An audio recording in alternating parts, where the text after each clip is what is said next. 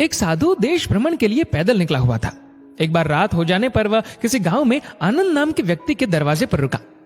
आनंद ने साधु की खूब सेवा की। दूसरे दिन आनंद ने बहुत सारे उपहार देकर साधु को विदा किया। साधु ने आनंद के लिए प्रार्थना की, भगवान करे तू दिनों दिन बढ़ता ही रहे। साधु की बात सुनकर आनंद हंस पड़ा और बोला, अरे महात्मा जी, जो है ये भी नहीं रहने वाला। साधु आनंद की ओर देखता रह गया और वहां से चला गया। 2 वर्ष बाद साधु फिर आनंद के घर गया और देखा कि सारा वैभव समाप्त हो गया है। पता चला कि आनंद अब बगल के गांव में एक जमींदार के यहाँ नौकरी करता है। साधु आनंद से मिलने गया। आनंद ने अभाव में भी साधु का स्वागत किया, झोपड़ी में फटी चटाई पर बिठाया, खाने के लिए सूखी रोटी दी। दूसरे दिन जाते समय साधु की आंखों में आंसू थे। साधु कहने लगा, हे भगवान, ये तूने क्या किया? आनंद पुनः हंस पड़ा और बोला, महाराज, आप क्यों दुखी हो रहे हैं? महापुरुषों ने कहा है कि भगवान इंसान को जिस हाल में रखे, इंसान को उसका धन्यवाद करके खुश रहना चाहिए। समय सदा बदलता रहता है और सुनो, ये भी नहीं रहने वाला। साधु मन ही मन सोचने लगा, मैं तो केवल भेष से साधु हूं, सच्चा साधु तो तू ही है आनंद। कुछ वर्ष बाद साधु फिर यात्रा पर निकला और आनंद से मिला तो देखकर हैरान रह गया कि आनंद तो अब जमींदारों का जमींदार बन गया है। मालूम हुआ कि जिस जमींदार के यहाँ आनंद नौकरी करता था वह संतान विहीन था।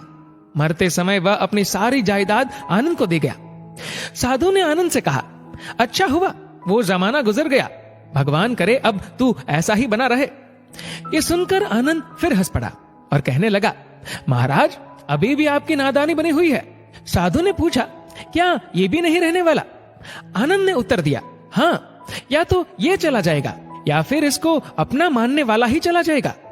कुछ भी रहने वाला नहीं है, और अगर शाश्वत कुछ है तो वह है परमात्मा, और उस परमात्मा की अंश आत्मा। आनंद की बात को साधु ने गौर से सुना और चला गया।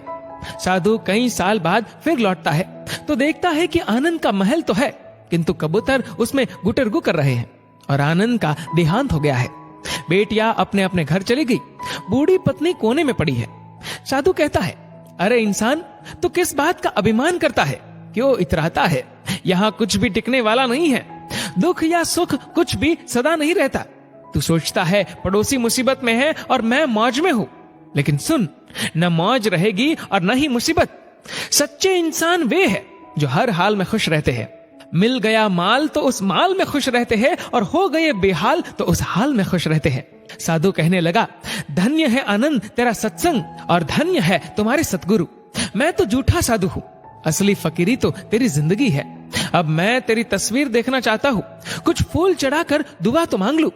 साधु दूसरे कमरे में जाता है तो देखता है कि आनंद ने अपनी तस्वीर पर लिखवा रखा है, आखिर में ये भी नहीं रहेगा। खूबी और खामी दोनों ही होती है हर इंसान में। जो तराशता है उसे खूबी नजर आती है, और जो तलाशता है उसे खामी नजर आती है। दोस्तों, इस वीडियो को लेकर आपकी क्या राय है, नीचे कमेंट करके जरूर बताएगा। और अगर आपको वीडियो अच्छा लगा हो तो वीडियो को लाइक करेगा, शेयर करेगा ज्यादा से ज्यादा लोगों तक, और ऐसे ही और भी इंस्पिरेशनल वीडियोस के लिए सब्सक्राइब करें हमारे यूट्यूब चैनल को और फेसबुक पर फॉलो करें हमारे पेज को। धन्यवाद। डाउनलोड मौज।